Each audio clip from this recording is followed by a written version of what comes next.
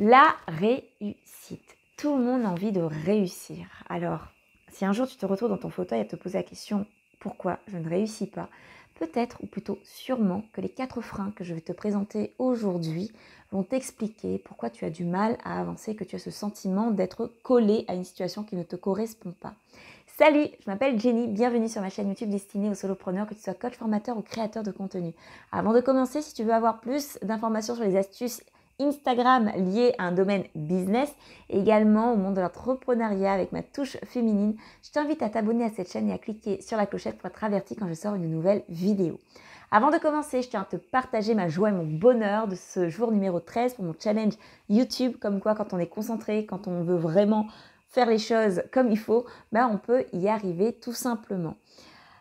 La réussite. Donc aujourd'hui, j'avais envie de te parler de la réussite et des 4 freins que j'ai enlevés dans ma vie. Et quand j'observe, quand je lis les rôles modèles qui m'inspirent, je me rends compte que ces personnes ont également enlevé les 4 freins que je vais te présenter aujourd'hui. Et je voulais te les présenter car bien souvent on me pose des questions sur Jenny, comment tu fais, comment tu y arrives, etc., etc. Et en discutant avec les gens, je me rends compte qu'ils ont encore ces 4 freins dans leur vie et peut-être qu'ils ne savent pas que ce sont des freins, peut-être qu'ils ne se rendent, même s'ils s'en rendent compte, ils ne savent pas trop comment faire. Et peut-être qu'ils vivent dans la culpabilité aussi d'enlever ces freins-là. Aujourd'hui, cette vidéo sert à t'enlever ta culpabilité si elle existe, mais surtout à te montrer ces 4 freins qui sont vraiment existants, de pouvoir mettre des noms dessus et également de pouvoir les enlever. Alors, je t'invite à prendre un thé. Tu peux même mettre sur pause, aller prendre ton petit thé, aller prendre un truc pour grignoter, sain de préférence, bien évidemment parce que tu prends soin de ton corps, et d'écouter les 4 freins que je vais te proposer. Comme d'habitude, j'ai mes petites notes. Et je vais commencer. Donc le frein numéro 1, j'avais écrit les parasites de ta vie. Pour comprendre ce que c'est un parasite, alors un parasite c'est quoi? C'est, on va dire, une entité vivante généralement qui est présente dans ta vie, dans ton corps, sans que, tu l'aies invité, mais qui est quand même présent et qui t'empêche d'avancer. Et pour mieux le comprendre, je vais te prendre un exemple. Tu peux avoir dans ta vie une personne qui tous les jours va t'empêcher d'avancer. C'est-à-dire que cette personne, soit tu n'as pas choisi de l'avoir dans ta vie, ça peut être un membre de ta famille, ou soit toi-même tu l'as choisi, ça peut être dans ce cas un ami, ou une personne un peu plus proche, un petit copain, ou même ton conjoint, ton compagnon. Là, c'est la vérité, ce que je dis, je veux dire, c'est la réalité de la chose. Et que cette personne, en fait, elle va tous les jours te mettre un bâton dans les roues, mais toi-même sans que tu te rendes compte que ce soit un bâton. Là encore, on va approfondir l'exemple. Tu peux te lever un matin et te dire « Ok, je suis entrepreneur ». Et la personne va te dire « Oui, mais je t'encourage, c'est bien, oui, vas-y.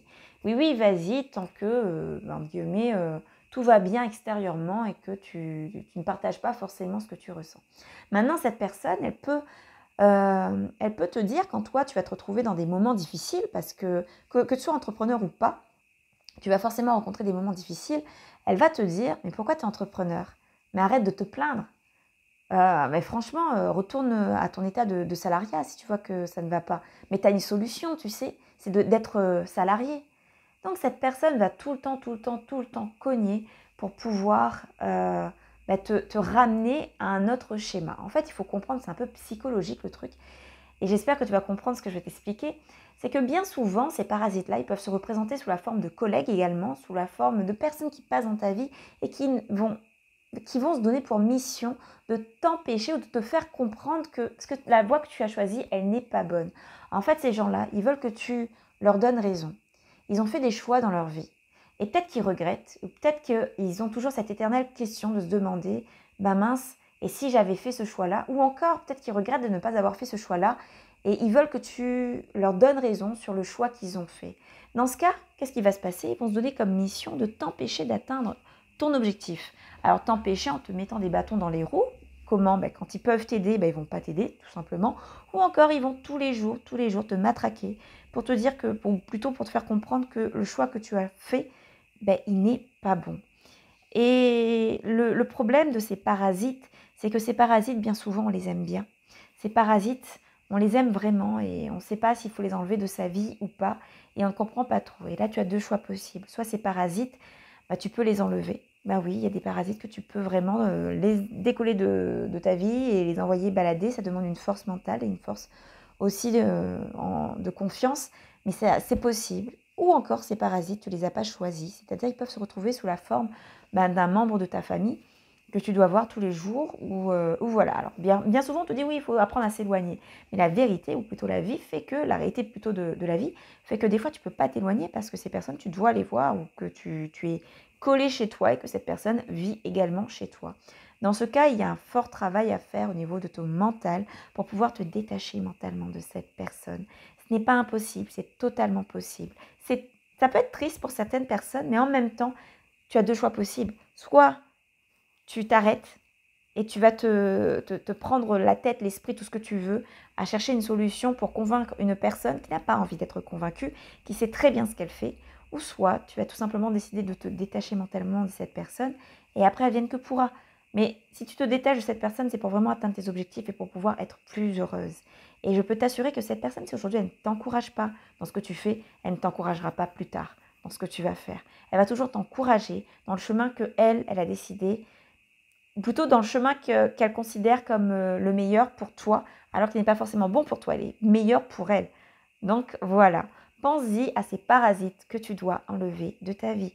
Là, comment les repérer? Ben, c'est simple.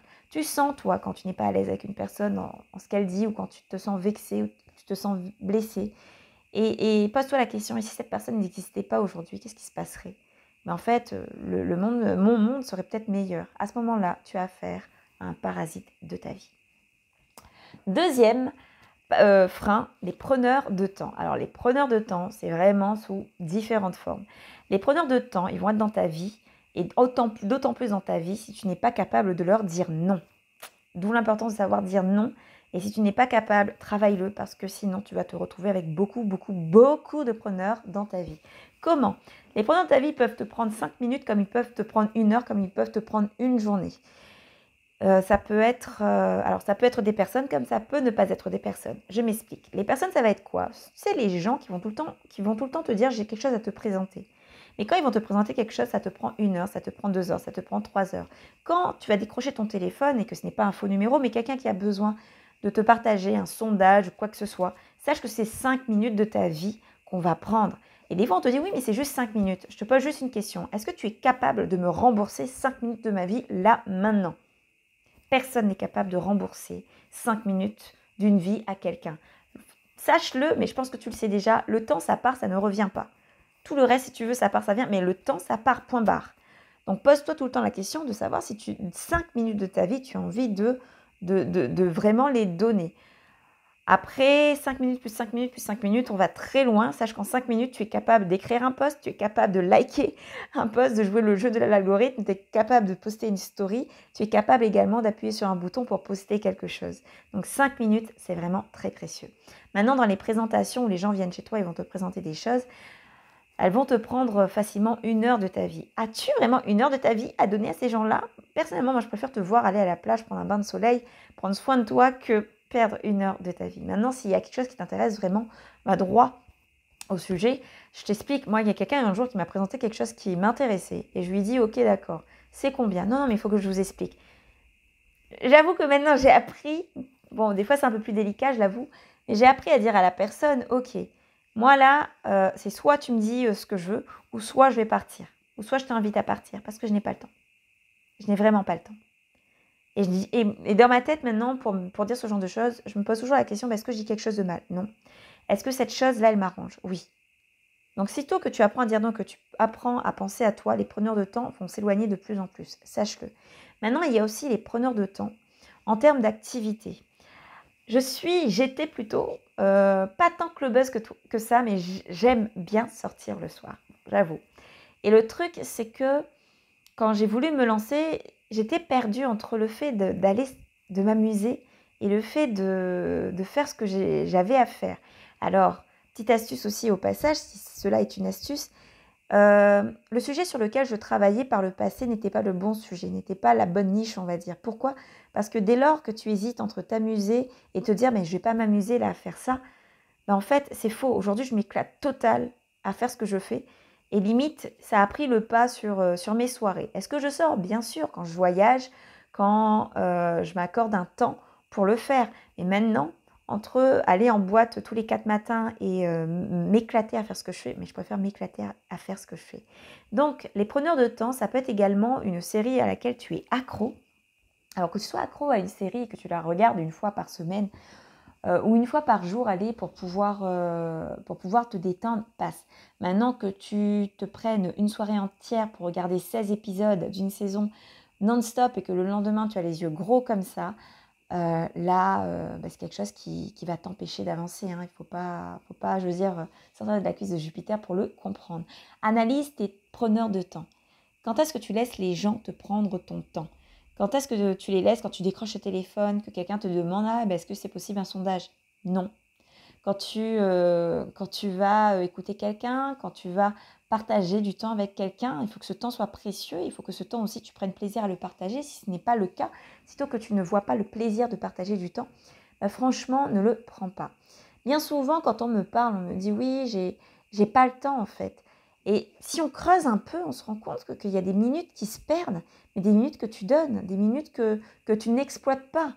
Quand tu es en train de faire la queue, est-ce que tu as déjà pensé pendant l'attente ou chez le médecin ou ailleurs d'avoir toujours ton téléphone, d'avoir toujours un calepin pour réfléchir sur une idée, de ne pas vraiment, d'être vraiment focus sur ton objectif et de te dire mais ce temps-là, moi j'ai pas le temps, avant de dire oui à quelqu'un, sitôt qui te dit mais j'ai quelque chose à te présenter. Ben non, je suis désolée, je ne peux pas là, à l'heure actuelle. Et des fois, c'est quelque chose qui peut te plaire. Moi, il m'arrive aujourd'hui, c'est fou, il m'arrive aujourd'hui d'avoir des propositions de présentation, de choses, etc., qui ont l'air vraiment merveilleuses. Toutefois, je ne peux pas. Je ne peux pas parce que je suis focus sur ce que je veux faire. Et quand tu es focus sur ce que tu veux faire, tu sais reconnaître des preneurs de temps. Donc les preneurs de temps, il va falloir que tu les enlèves. La troisième chose, parce qu'on est au deuxième, la troisième chose, les vampires énergétiques. Bon, ça, tu as déjà entendu parler plus d'une fois. Les vampires énergétiques, c'est quoi? Ce sont des activités, ça peut être des activités, mais bien souvent, ce sont des gens qui te prennent ton énergie. Est-ce que ça t'est déjà arrivé que ton énergie soit haute, au top niveau? Tu rencontres quelqu'un, une personne qui soit proche ou pas, qui va te dire quelque chose et ça va baisser. Maintenant, je te prends l'exemple de quelque chose d'autre. Tu te lèves le matin. Généralement, tu te lèves, tu apprends à sourire. Apprends, en tout cas, si ce n'est pas le cas, tu apprends à sourire, tu apprends à mettre de la musique, à avoir de la patate, aller, machin, etc., etc. Et tu te dis, mais je vais prendre mon petit déjeuner en regardant les informations. Et là, tu regardes les informations et là, on t'apprend qu'il y a eu un meurtre, qu'il y a eu ceci, qu'il y a eu cela, et patati et patata. Et là, tu sors de là, mais tu as des idées qui te rentrent dans la tête et ton énergie, elle est soudainement basse. Elle est soudainement basse. Elle n'est même pas soudainement basse. C'est parce que tu as voulu, tu regardais quelque chose qui ne t'a pas fait vibrer énergétiquement. L'énergie, on peut y croire ou on peut ne pas y croire. Moi, je peux t'assurer que c'est quelque chose qui est à mettre dans la composition de ta journée pour pouvoir réussir. Parce que quand tu rentres le soir, tu as intérêt à avoir la patate ou à développer ta patate pour pouvoir être devant ton ordinateur et te pousser en fait à réussir. Donc, regarde bien les vampires énergétiques qui sont autour de toi, que ce soit à travers tes activités ou à travers des gens qui vont te faire baisser ton humeur et éloigne-toi d'eux. Enlève-les de ta vie. Et même si tu ne peux pas, parce que ça peut encore une fois être arrivé, c'est-à-dire que tu vis avec quelqu'un, tu remarques que cette personne, elle te baisse énergétiquement, mais apprends à te détacher de cette personne pour pouvoir réussir en fait à toujours avoir cette vibration que tu as. Alors bien sûr, on ne peut pas être tout le temps à 100% ou à 200% de son énergie. On a besoin de temps en temps de faire baisser un peu son énergie pour pouvoir apprécier l'énergie haute. Il n'y a pas de souci. Toutefois, dès lors que tu rencontres quelqu'un ou que tu fais une activité qui influence ton énergie, c'est à ce moment-là que se pose le problème. Parce que quand tu vas faire un webinaire, quand tu vas faire une vente, quand tu vas faire une présentation, bien souvent, tu es attiré par les gens qui vont vibrer énergétiquement. Tu n'es pas attiré par une personne qui va te dire salut, aujourd'hui, je vais te présenter les 4 freins qui vont te permettre d'être explosé dans ton business, quoi. Tu vois, donc voilà, et au passage, aujourd'hui, j'ai une mauvaise nouvelle. Mais waouh! Quoi? Ben non, tu vas fuir en fait. Tu vas dire, mais c'est quoi cette nana? Je suis désolée, moi, j'ai pas envie moi, j'ai envie de, je sais pas, là dans ma vie, déjà, j'ai l'énergie qui est basse, j'ai envie d'avoir une énergie qui est haute. Donc, si toi-même, tu vibres comme ça, quand tu vas voir des gens ou quand tu vas voir des formateurs ou autres personnes, sache que ton énergie est super importante pour les formations, les coachings que tu proposes également. Donc, tu as tout intérêt à avoir une énergie haute au moment qu'il faut. Mais pour pouvoir la voir et pour pouvoir la travailler, tu as intérêt à enlever les personnes qui vont te baisser ton énergie. Le quatrième point, le mauvais mindset. Ça, c'est, on va dire, le point facile. Bien souvent, on te dit, ouais, t'as un mauvais mindset, il faut le travailler, il faut avoir un mindset fort, il faut avoir... Mais c'est vrai tout ça. Toutefois, le mauvais mindset que je voudrais plutôt partager avec toi aujourd'hui, et c'est le mindset en fait qui va te pousser à trouver de vraies excuses, mais des excuses valables, quoi, tu vois. Et là, je vais me faire taper sur les doigts, peut-être dans ce que je vais dire. Je ne sais pas encore si je vais le dire ou pas, mais les vraies excuses, c'est quoi? Maintenant, l'excuse j'ai piscine, ça c'est une fausse excuse, on est d'accord. L'excuse, ah mais je suis malade, j'ai eu mal au dos, j'ai eu ceci. Alors attention, pour avoir été malade plus d'une fois dans ma vie, il y a maladie et maladie. C'est-à-dire que personnellement, peut-être que moi j'ai développé une résilience, il m'est déjà arrivé de travailler avec des douleurs. Les gens ne comprennent pas ça, moi je comprends. La douleur, c'est quoi? Ce sont des douleurs qui te mettent KO, quoi. Toutefois, soit tu acceptes cette douleur et tu vas te reposer parce que ça peut vraiment te fatiguer, mais dans tes moments de douleur, tu vas te dire, mais à un moment donné, il faut que je me réveille, il faut que j'y aille, malgré la douleur. Et ça, c'est totalement possible. Je sais que c'est dur ce que je dis, mais en même temps, c'est totalement possible. Et si tu as des gens dans ton entourage qui ne comprennent pas tes douleurs, quand tu leur dis que tu as mal et que tu ne peux pas avancer à cause de tes douleurs, parce que ça, c'est la réalité. Moi, plus d'une fois, il m'est arrivé de ne pas pouvoir faire des choses, honorer des choses, parce que j'avais des douleurs, j'avais des problèmes de santé à régler. Et les gens autour de moi me disaient que c'était des fausses excuses. Je t'avoue que j'avais pris un coup quand on m'avait dit ça, quand on m'avait dit qu'il fallait arrêter les fausses excuses et que moi, je m'étais dit, mais en fait, les gens, ils comprennent pas les douleurs parce que tu peux te retrouver dans un cas. Alors là, on va à l'encontre de ce que je dis, mais c'est pas grave, je te partage quand même cette expérience parce qu'elle est réelle. Tu peux être dans un cas où... c'est quoi des douleurs? C'est de faire des traitements médicaux. Les traitements médicaux, des fois, quand tu vas faire, surtout quand ils sont de gros traitements médicaux, hein, quand tu vas les faire, généralement, il te faut 2 à 3 heures pour pouvoir récupérer. 2 à 3 heures, c'est d'être dans ton lit et de ne pas pouvoir bouger. Ça, c'est la réalité qui existe. Donc là, je suis d'accord. Là, je suis d'accord, tu ne peux pas avancer à cause de ça pendant ces 2-3 heures. Toutefois, après ces 2-3 heures, la douleur, à un moment donné, ton corps, il s'habitue. À ce moment-là, tu fais ce que tu peux. Mais tu te lèves et tu fais ce que tu peux. Au lieu de dire, mais j'étais dans la douleur. Parce que quand tu es dans la douleur, tu vas penser, parce que je le pensais auparavant. Ah, je suis dans la douleur, mais je ne peux pas le faire, je ne peux pas le faire. Donc c'est bon, je suis dans la douleur. Les gens comprendront que j'étais dans la douleur. Moi-même, je comprends que je suis dans la douleur. Alors que si tu es dans la douleur, et c'est ça que j'ai développé, c'est ce genre de mindset en fait que je t'invite à avoir. Ok, là je suis dans la douleur. Mon corps, il va s'habituer à un moment donné dans la douleur. Donc là, je laisse mon corps crier, je me laisse crier. Mais à un moment donné, quand je sentirai que mon corps, il a accepté cette douleur-là, je vais me lever et je vais envoyer un mail.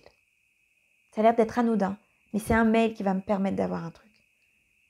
Et à un moment donné, je me lève, je vais traîner mon corps, je vais être devant mon ordinateur, je vais taper le truc et je vais envoyer le mail. Et je vais repartir à mon lit et je vais me coucher et je vais encore catapulter avec ma douleur. Et là, pareil, ok, j'ai mal, j'accepte cette douleur. Dans un instant, je me donne 20 minutes pour avoir mal. Dans 20 minutes, je me lève, je vais faire, je ne sais pas, je vais télécharger la vidéo YouTube et après je repartirai. Et je le fais. Donc, l'élément que là je suis en train de te partager, c'est que il est vrai que dans la douleur, il y a de grosses actions que tu ne peux pas faire. Et ça, les gens, parfois, ils ont du mal. Je me suis retrouvée dans ce cas-là où les gens ont eu du mal à comprendre ça. Et j'ai dû m'éloigner de certaines activités parce que ta santé avant tout. Toutefois, toi, pour ton business, à toi, ton mauvais mindset, c'est de te donner l'excuse de te dire « je suis fatiguée, donc c'est normal que je ne pourrais pas faire cette vidéo YouTube aujourd'hui ». Ça m'est arrivé plus d'une fois d'être dans mon lit. Là encore, avant de faire cette vidéo YouTube, je t'avoue que la semaine a été très prenante, très énergétiquement, j'ai beaucoup donné pendant cette semaine-là. Mais fatalement, aujourd'hui, je suis restée 3 à 4 heures dans mon lit à ne plus pouvoir bouger parce que j'étais en mode récupération. Mais dans ma tête, je m'étais déjà dit, je prends 4 heures pour récupérer et au bout de ces 4 heures, je vais me lever et je vais y aller. Et bien, au bout des 4 heures, j'ai pris, à 4h30, 30 minutes quand même, je ne peux rien te cacher, j'ai pris mon téléphone et même si ce n'est pas la manière la plus, on va dire, la plus cool pour moi parce que la qualité n'est pas comme je veux, le truc n'est pas comme je veux, je pourrais te dire, ben non, je ne vais pas le faire. Au lieu de ça, ok, tu vas prendre ton téléphone et tu vas faire cette vidéo-là et tu vas la publier. Donc voilà comment tu peux travailler un mindset gagnant. C'est quoi qui t'arrive dans ta vie? Et là, c'est sur le sujet sur lequel je vais peut-être me faire taper sous les doigts, Mais entre nous, c'est pas grave, je m'en moque parce que c'est vraiment pour toi. Je sais qu'il y a beaucoup de mamans qui me suivent à La Réunion ou peut-être ailleurs. Je sais, dis-le moi en commentaire d'ailleurs, d'où est-ce que tu viens et si tu es d'accord avec ce que je partage. C'est que bien souvent j'entends mon enfant. L'enfant devient une excuse. Alors que l'enfant doit être une des raisons les plus profondes qui soit pour te permettre d'avoir un bon coup de pied aux fesses, quoi. Mais au lieu de ça, l'enfant devient une excuse. Bah, mon enfant, non, je dois m'occuper de ci, je dois m'occuper de ça, etc., etc. Mais comment elles ont fait ces mamans? À un moment donné, j'étais obligée de regarder des success stories de mamans qui ont réussi. Pourquoi? Parce que je me disais, damn, toutes ces femmes. Et l'excuse qu'on me donne, c'est que, mais toi, t'es pas maman, donc tu peux pas comprendre. Mais ça, mesdames, excusez-moi, dès lors que vous dites ça, pour moi, vous partez perdante. Vous êtes perdante. Je suis désolée, parce qu'il y a des mamans qui ont réussi dans la vie. Et à un moment donné, j'ai cherché des mamans gagnantes. Et les femmes, elles te disent, mon enfant se lève à 6 heures du matin, je me levais à 4 heures du matin. Mon enfant, il faisait la sieste. C'est à ce moment-là que j'ouvrais mon ordinateur et que j'avais les tâches organisées à faire et que je carburais. Que c'est là que j'ai cherché quelqu'un pour déléguer des petites tâches, des choses comme ça. Donc, bien entendu que vous êtes occupé. Bien entendu qu'un enfant, c'est prenant. Bon, à titre comparatif, j'ai un chat, je vous explique même pas. La comparaison de dingue. Mais ce que je veux dire par là, alors sans cette comparaison-là, on l'enlève. Hein, mais ce que je veux vous dire, c'est que vous n'êtes pas la seule maman sur Terre à avoir des enfants. Sachez-le. Et aussi, vous n'êtes pas la seule maman à être entrepreneur. Sachez-le également. Donc, s'il y a d'autres mamans qui ont réussi, cherchez comment elles ont réussi au lieu de vous cacher derrière votre enfant. Je suis consciente que quand un enfant est malade, tout le monde s'arrête. Ça, c'est normal. C'est totalement normal. Vraiment, j'insiste, c'est totalement normal. Sans être maman, moi-même, j'imagine que si un jour mon enfant est malade, mais tout s'arrête. C'est la santé avant tout. C'est totalement normal. Mais dès lors que l'enfant va bien, arrêtez de vous cacher derrière votre enfant. Votre enfant doit être une raison et pas une excuse. Est-ce que tu es d'accord avec ce que je dis? Je t'invite à me le dire en commentaire. Je t'invite vraiment à me le dire en commentaire parce que c'est une des raisons pour lesquelles, je t'avoue, je deviens de plus en plus, je dirais pas agacée par ça, parce que je veux bien comprendre les choses. Toutefois, j'ai compris qu'on a des peurs. Et sitôt qu'une personne va te dire « Ah, mais peut-être que ton enfant, elle devient ton excuse. » On va dire « Non, non, non, c'est pas vrai. » Et puis « Mais tu peux pas comprendre. » Damn, j'ai tout compris. Dès lors que tu me dis ça, j'ai tout compris. Mais sachez que je le dis pour votre bien, parce que vous soyez maman ou pas, donc généralement, les solopreneurs auxquels je m'adresse, ils ont 25 ans, bon, ils ont 30 ans dépassés généralement, mais je me rends compte qu'il y a des gens qui ont plus de 25 ans qui s'adressent également à moi. Mais vous aussi, vous êtes concernés par ça. C'est que vous avez bien entamé votre vie. Et vous êtes sur une route que vous vous rendez compte en pleine route qu'en fait, ce n'est pas la route qui vous convient. Donc, vous êtes en train de creuser pour pouvoir faire une digue pour qui vous mène à la bonne route. Autrement dit, on a tous grillé notre première chance et là, on est en train de prendre notre deuxième chance. Donc sur la route de cette deuxième chance, je pense qu'il est plus que vital d'enlever ce genre de mindset, de s'excuser de ne pas réussir. Mais oh oui, mais c'est à cause d'eux. Mon enfant a été mon sacrifice, c'est pour ça que j'ai pas réussi. Donc voilà. Non, mais je suis désolée. Il faut, à un moment donné, il faut bien comprendre qu'on est 100% responsable. Dites-vous, s'il faut l'écrire, écrivez. Je suis 100% responsable de la vie que je mène aujourd'hui. C'est très dur ce que je vous dis, parce que vous pouvez vous dire, oui, mais c'est à cause de un tel, c'est à cause de l'autre tel, etc., etc. Mais en creusant bien, vous allez vous rendre compte que vous êtes 100% responsable de la vie que vous menez aujourd'hui, qu'elle vous satisfasse ou pas. Donc voilà. Donc ça a été un peu, j'espère pas trop dur pour vous, mais je tenais à le partager parce que le mindset gagnant, il ne se gagne pas du jour au lendemain. Et dans le mauvais mindset, il y a tout et rien. Le mauvais, ah oui, il faut enlever le mauvais mindset, il y a tout et rien. Moi, ce que j'aimerais que vous enlevez dans le mauvais mindset, c'est de vous imposer en fait des moments de réussite, des moments où vous allez faire un truc et vous allez être fier. Et une dernière chose que je souhaitais ajouter, qui complète ce dernier point, apprenez, ou plutôt arrêtez de vous culpabiliser quand vous n'avez pas réussi à tout faire. Soyez content de vos petites réussites. Mais il faut que dans vos journées, qu'il y ait vraiment des petites réussites. Moi, je m'impose dans ma journée 5 réussites. Et je l'ai fait, les 5 réussites. Que ce soit en termes d'organisation, en termes de mails envoyés. Alors, mails envoyés, c'est pas chouette. J'ai effacé tous mes mails ou j'ai réussi à répondre à tout le monde. Non, c'est chouette. J'ai réussi à faire les mails clients que je devais faire aujourd'hui. Chouette. J'ai réussi à lancer les 5 devis que je devais lancer aujourd'hui. Ce sont ça, les mails qui vont vous permettre de réussir, ou plutôt les actions qui vont vous permettre de réussir. Donc voilà, je tenais à vous le partager. En tout cas, partagez-moi en commentaire si vous êtes d'accord avec les 4 freins, la vision des 4 freins que je partage avec vous. Indiquez-moi vos freins, parce qu'ils sont réels. N'ayez pas peur non plus de partager vos freins. Moi, je préfère quelqu'un qui me dise, bah oui, effectivement, je remarque que je développe ces fausses excuses-là. Reconnaître déjà le gros pas que vous pouvez faire dans votre vie pour pouvoir mieux avancer. Bon, je vous remercie déjà d'avoir suivi cette vidéo jusqu'au bout. Je vous souhaite le meilleur, d'avoir une belle vie, de beaux projets, de cartonner bien évidemment. Et je vous dis à la prochaine vidéo pour des astuces. On croise fort les doigts pour que je puisse reprendre Final Cut et ainsi que mon appareil photo. Tout dépend de ce que je vais pouvoir installer. Bien entendu, on ne lâche rien. À la prochaine.